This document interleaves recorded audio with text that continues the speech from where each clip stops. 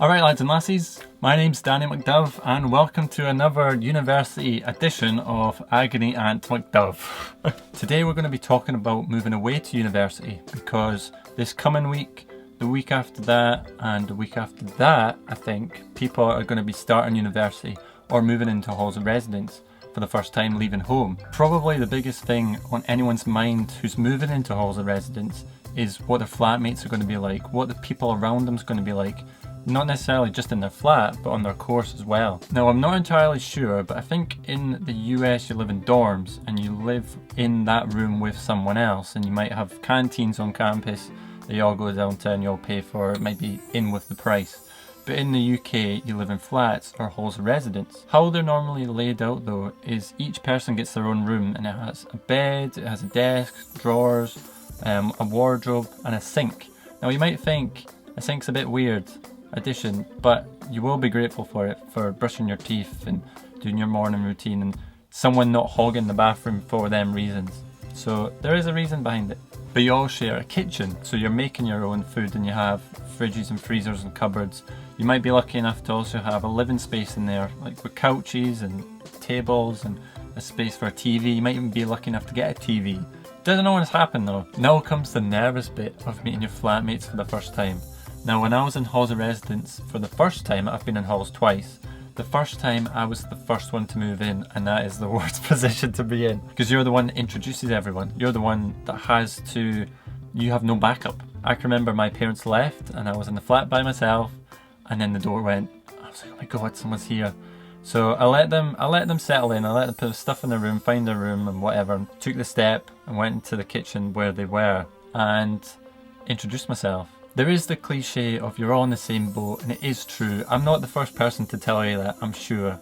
But everyone's nervous. The majority of people will not move into the same flat with someone they went to school with. They might be in the flat above, the flat next door, but it doesn't tend to happen. My biggest tip though for your flatmates is just to be there. Don't hide away off in your room. You might introduce yourself first off, but then just stay in the kitchen. Just stay in the living area and just chat, or I don't know, watch TV with them, or I don't know, just you might go into their room and help them unpack. The thing is with your flatmates, they are going to be the people you hang about with the most in Freshers Week. Now in the UK, I think it's only in the UK, I'm not entirely sure about the rest of the world, but Freshers Week is the week, usually the week before you start classes, and Freshers is just really about meeting people, meeting friends, getting to know the place that you're going to be living for the next 3 or 4 years depending where you are. Now Freshers has the reputation of just being a lot of nights out and a lot of drinking, which to be fair it is, but some of you might only be 17, you might not have turned 18 yet, or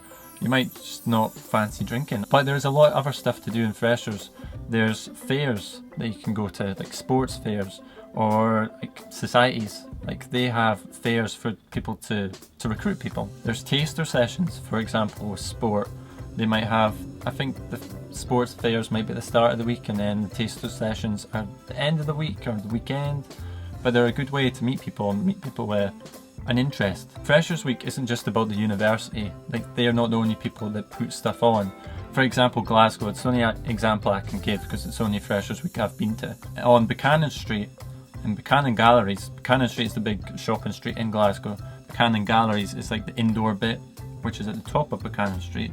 They have a student lock-in every year. It's usually Freshers Week or maybe the week after, but they have like DJs and like competitions, and like they have club folk there giving up bands to get free entry to stuff, and then the shops give there's discounts in the shops, and there might be drinking sessions and whatever. Now if the worst comes to worst and you don't get on with your flatmates, it's not the end of the world. One of my best friends that went to university, the people in these halls weren't his type of people. They didn't really involve him. You can get them sort of people, but it's not the end of the world.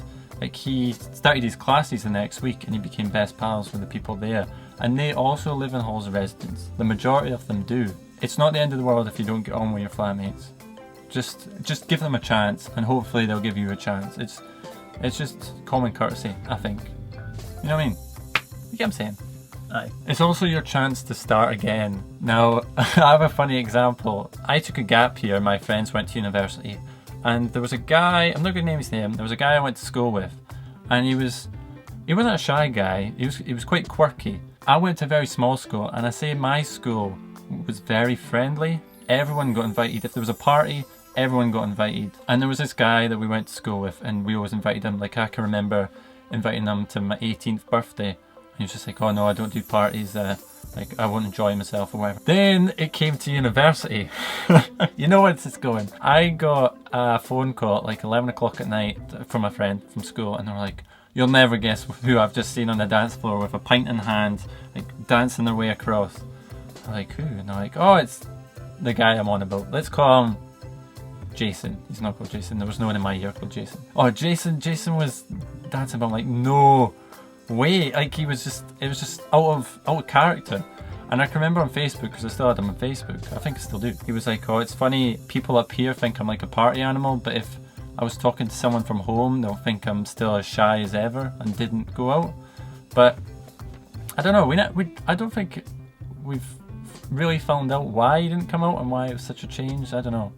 He was never bullied, like no one was bullied in my school. Another big thing with moving away from home, moving to university, is home, is missing people, is missing your family, missing your friends, missing your boyfriend or your girlfriend. Everyone feels nervous when they leave. Everyone feels homesick at some point. It might hit people straight away. People might not admit it, but they do at some point. They might think of home. They might think, it might be little things like, oh, I wish someone was making my tea. I miss my mum. Or it might be more drastic things like, oh, I want to drop out because I miss home, or I miss my boyfriend, or I miss my girlfriend, or all my friends are home now and a wild time at their job or whatever. But you're at university for a reason. You need to think past that initial, them initial nerves to get somewhere, to enjoy university. And it might take a couple of days, might take a week. People might get nervous, might get homesick in a couple of weeks or a month. But just power through, because it's the best time you'll have. Like, just make the most of it, just enjoy it. That's all this video is about, is just put the negative stuff behind, put the nerves behind you, and just go for it. Like, balls to the wall. Pardon the expression. Because the thing is, you'll finish uni and you'll think back on it fondly if you make the most of it, if you introduce yourself, if you, I don't know, make friends, like, just enjoy. Like, that's it. So hopefully you could take something from this video. It's been a lot of rambling. There's a lot of different points, and I know it's easier said than done, but just enjoy it. Yeah. So leave a like if you enjoyed, subscribe to see more, and I'll see you next time.